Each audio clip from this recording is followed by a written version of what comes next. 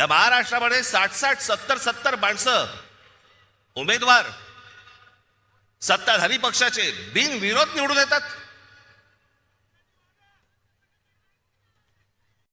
तिकडच्या मतदारांचा मतदानाचा अधिकार पण त्यांना देणार नाही तुम्ही. काही वेळेला तर दहशतीतून आणि काही वेळेला जास्तीत जास्त वेळेला तर पैसे. काय आकडे ऐकतोय, कोणाला 1 कोटी, कोणाला 2 कोटी, कोणाला 5. तिथे एका काय ते प्रभाग असतात, त्या प्रभागामधल्या 3 जणांना, एका घरातले 3 जण उभे आहेत एका प्रभागात. काय ऑफर झाली असेल तुम्ही कल्पना पण नाही करू शकत. एका प्रभागातल्या 3 जणांना, जे 3 जण एका घरातले आहेत, त्यांना 15 कोटी रुपयाची ऑफर झाली. 15 कोटी. कोणाला 5 कोटी, कोणाला 10 कोटी, कोणाला 2 कोटी. येतात कुठून पैसे? या लेवलला इथपर्यंत माणसं विकत घ्यायची, भीती घालायची, दहशत निर्माण करायची, आणि अशा वातावरणामध्ये तुम्ही निवडणुका घ्यायला बघताय. मला समजलंच नाही. या इथे नाशिकमध्ये पण भारतीय जनता पक्ष, अहो तुमच्याकडे माणसं होती ना, जुनी काम करणारी माणसं होती ना.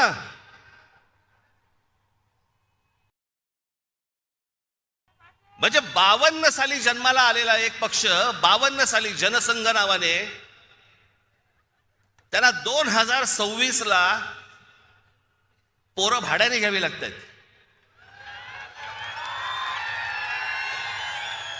तुमचे कार्यकर्ते, तुमची माणसं तुम्ही उभी केली होतीत ना, मग दुसऱ्यांची कशाला कडेवर घेऊन नाचताय?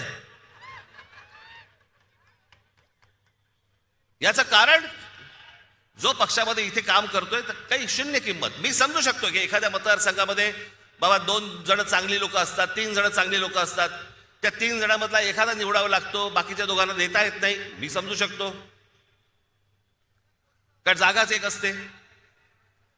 पण जी लोक सतत काम करतायत, इतकी वर्ष काम करतायत, त्यांना पूर्णपणे बाजूला सारून दुसऱ्या पक्षामधला माणूस घ्यायचा आणि त्याला उभं करायचं, हा तुम्ही त्या कार्यकर्त्याचा अपमान नाही करतात?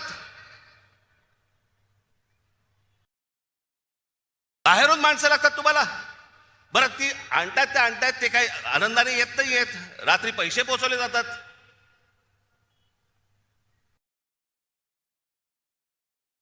म्हणजे आमचे मित्र आता संजय राऊत आता म्हणाले, तपोवनातली झाडं इथे त्यांना छटायची आहेत त्या महाजनना.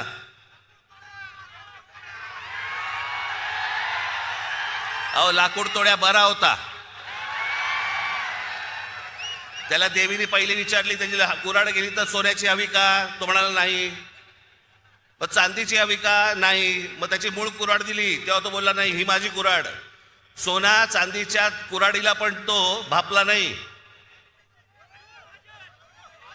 बाईक ते मला कळलं, मला कोणाला बद्दल बोलतोय, मला काय सांगताय, नावं ठेवण्यामध्ये मी पटाय, तुम्ही नाही.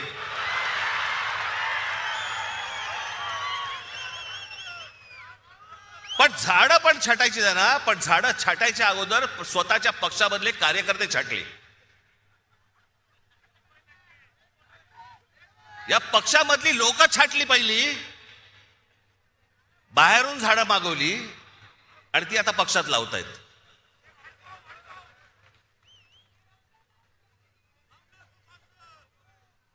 ही कोणती परिस्थिती, हे कोणतं राजकारण, हे कोणत्या निवडणुका चालू आहेत महाराष्ट्रामध्ये?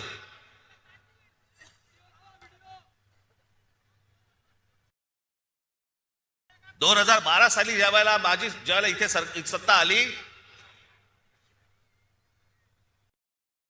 17 साली इथे फडणवीस आले आणि म्हणाले मी नाशिक मी दत्तक घेतो. आणि त्या सगळ्या गोष्टींना नाशिककर भुलले आणि आम्ही जी कामं करून ठेवली होती ती सगळे विसरले. आणि दत्तक घेतो म्हटल्यानंतर हा बाप परत फिरकलाच नाही.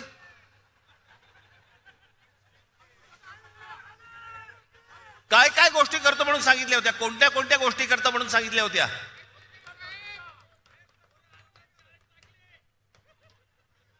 आता साधी गोष्ट बघा, 2012ला ज्यावेळेला आम्ही इथे सत्तेमध्ये आलो त्यावेळेलाही कुंभमेळा झाला, अत्यंत यशस्वी कुंभमेळा झाला. त्यावेळेला त्यावेळेचे इथे उत्तम सगळेच त्यावेळेचे नगरसेवक सर्व पक्षांचे सगळ्यांच्या बरोबर घेऊन साथीने सगळे हा उत्तम कुंभमेळा झाला. एकही झाड कापलं गेलं नाही त्यावेळेला. आत्ता का कापलं जातंय? तुम्ही शांत बसा रे जरा, नाही तर तू ये इकडे आणि मार बोंब परत सारखी.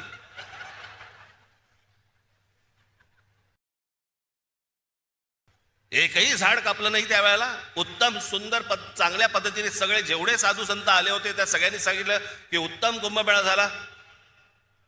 त्यावेळेला प्रशासकांचा आणि ज्यावेळेला जे नगरसेवक होते त्यांचा सत्कार झाला. बॉस्टनमध्ये पण सत्कार झाला त्यांचा, अमेरिकेत इथेही सत्कार झाले की उत्तम उत्तम रीतीने कुंभमेळा हाताळला गेला. मग आता काय चालू आहे? मी त्या दिवशी म्हटलं ना की ही तपोवनातली झाडं नुसती झाडं तोडणं नाहीये. हे यांचं हे सगळं अगोदर ठरतं की या उद्योगपतीसाठी ही जागा रिकामी करायची, आत्ता याच्यावरती कुंभमेळा करायचा. कुंभमेळा झाल्यानंतर सगळे साधू संत जेव्हा आपल्या घरी जातील मग त्या उद्योगपतीच्या ही घशात घालायची जमीन. सगळं प्लॅनिंग त्यांचं सुरू असतं. त्यावेळेला जे महाराष्ट्रातल्या कुठच्या बाकी शहर सोडा, मी जेव्हा ते अनेक उद्योगपतींकडनं ज्यावेळेला या नाशिक शहरामध्ये पैसे आणले, रतन टाटांपासून अनेक लोक ज्यावेळेला इथे नाशिकमध्ये आले, काय त्यांचा संबंध होता? नाही तर साधी गोष्ट नुसतं फक्त वाचून दाखवतो, तुम्हाला कळेल की काय काय पहिले फक्त 5 वर्षात काय झालं.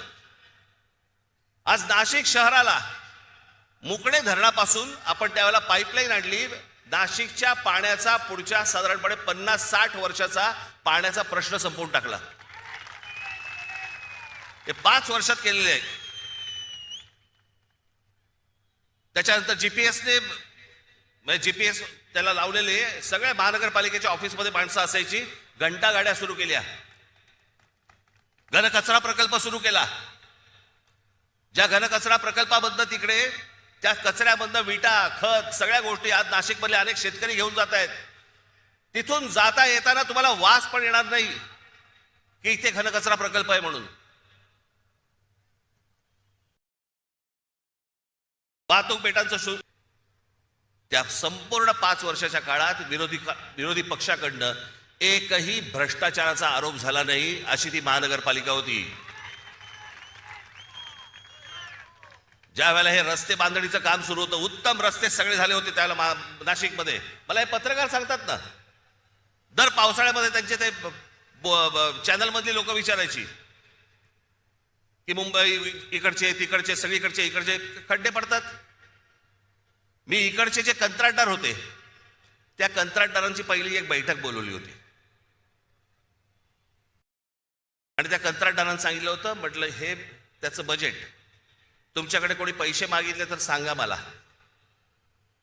आणि ज्या बजेटमध्ये तुम्हाला दिलेलं आहे त्याच्यामध्ये जर उत्तम रस्ता जर केला नाहीस आणि त्याच्यात जर खड्डा पडला, त्या खड्ड्यात उभा करून मारीन. उत्तम रस्ते झाले सगळे नाशिक मधले. हे होऊ शकतं, हे घडू शकतं, सगळ्या गोष्टी घडू शकतात. पण ह्या लोकांना हे करायचं नाही. 5 वर्ष दिली. हे 5 वर्षामध्ये हे देवेंद्र फडणवीस येऊन तुम्हाला काय बोलून गेले? ते काय बोलून गेले ते फक्त झालंय का एवढं फक्त मला सांगा. नाशिक न्यू मेट्रो प्रकल्प, Nashik IT park, Nashik logistic park, Dwarka Nashik उड्डाणपूल, नाशिकचा बाह्य ring road, Nashik Pune semi high speed railway मार्ग, इगतपुरीला आदिवासी क्रीडा प्रबोधिनी, महानगरपालिकेतील कर्मचारी अनुशेष, असे अनेक प्रकल्प त्यावेळेला त्यांनी घोषित केले की भरून काढणार वगैरे. काही नाही. आणि हे म्हणे दत्तक घेणार.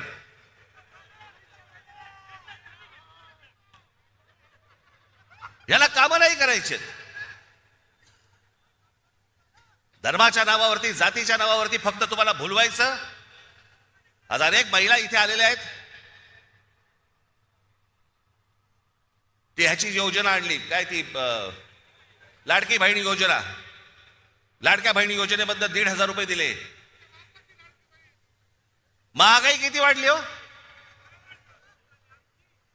हा, ते 1,500 रुपये तुमचे 15 दिवसात निघून गेले. साधा सिलेंडर 1,000 रुपये आहे. कुठे टिकणार आहेत 1,500 रुपये. मला आपल्याला फक्त एवढंच सांगायचंय, पुढच्या ज्या पिढ्या असतील, आज तुमची मुलं असतील, आज अनेक या महाराष्ट्रामधले अनेक उमेदवार आहेत किंवा अनेक लोक आहेत, त्यांची मुलं काय विचार करतील. काय आमच्या भवितव्याकडे आमच्याकडे कोणी बघितलं नाही का. आमचा बाप विकला गेला. आमच्या आईने पैसे घेतले आणि आमच्याकडे पुढे भविष्य जे आहे आमचं, हे काही घडलंच नाही. आमची शहरं चांगली घडलीच नाहीत. शहरात राहण्यासारखं काहीच नाही. आज अनेक मुलं इथे, अनेक मुली, तरुण तरुणी आहेत, महाराष्ट्रामध्ये आहेत, देशामध्ये आहेत. का परदेशी जातात हो. कशासाठी परदेशी जात आहेत. शिक्षण तर इथेही मिळू शकतं, कदाचित नोकरीही इथे मिळू शकते, पण जात आहेत कशासाठी केलं. मी रतन टाटांकडे ज्याला मी गेलो ते प्रकल्प घेऊन, त्यांना आवडलं. त्यांनी मला विचारलं किती खर्च आहे. मी म्हटलं 3, 4, 5 कोटी रुपये खर्च येईल त्याला. डन बोलले. नक्की. त्यांची सगळी माणसं लावली, सरकारकडनं सगळ्या परवानग्या सगळं आलं, कामाला सुरुवात झाली आणि प्रकल्प वाढत वाढत वाढत वाढत गेला. त्यांचीच माणसं करत होती. शेवटी तो प्रकल्प ज्यावेळेला पूर्ण झाला, त्यावेळेला रतन टाटांकडनं जवळपास 14 ते 15 कोटी रुपये टाकले गेले होते त्याच्यात. त्या बोटॅनिकल गार्डनची काय अवस्था करून ठेवली आज गेल्या 5 वर्षात. सगळं उद्ध्वस्त करून टाकलं. सगळी ती बेटा उद्ध्वस्त केली, सगळ्याच गोष्टी उद्ध्वस्त केल्या. इथे तुमच्या ते चिल्ड्रन एज्युकेशन पार्क, गोदापारचं जॉगिंग ट्रॅक, स्वर्गीय माननीय बाळासाहेब ठाकरेंच्या नावाने ऐतिहासिक ते शस्त्र संग्रहालय केलं होतं, ते उद्ध्वस्त करून टाकलं. त्याच्यानंतर ही ते वॉटर कर्टन्स केली होती या सगळ्या तुमच्या पुलांवरती, ती घालवली, ती सगळी उद्ध्वस्त करून टाकली. नाशिक वरती त्यावेळेला आम्ही ज्याला आलो त्यावेळेला 700 कोटी रुपयांचं कर्ज होतं. ती नाशिक महानगरपालिका 700 कोटी कर्ज मुक्त महानगरपालिका त्यावेळेला आम्ही करून दिली. आणि सगळ्यात महत्वाची गोष्ट, रस्त्याला चांगले फुटपाथ नाहीत, ट्रॅफिक वाढलाय, रहदारी सगळीकडे, कशाला काही आटोक्यातच नाहीये काही गोष्टी. अशा लोकांच्या हातामध्ये तुम्ही शहरं देणार आहात. मला खरंच 2017 साली मला इतकं वाईट वाटलं की अरे म्हटलं, एवढ्या सगळी माणसं मी त्यावेळेला आणली. आनंद महिंद्रापासून, रतन टाटांपासून, सगळे अंबानींपासून सगळी लोक इथे मी आणली, जी कधी कुठच्या शहरामध्ये गेली नाही, ती ह्या सगळ्या शहरामध्ये आणली. एवढे सगळे प्रकल्प, एवढ्या सगळ्या गोष्टी उभ्या केल्या आणि उभ्या केल्यानंतर पाहायला काय मला मिळालं, पराभव. आणि ज्या लोकांनी काहीच नाही केलं गेल्या 5 वर्षामध्ये, त्यांच्या भूलथापाला बळी पडलात. आजही हेच चालू आहे त्यांचं. पैसे वाटायचे, बाकीच्या सगळ्या गोष्टी करायच्या, बोगस वोटिंग करायचं, घराघरात जाऊन पैसे वाटायचे. आज पैसे घ्यालो, किती दिवस टिकणार तुमच्याकडे, किती दिवस राहणार आहेत.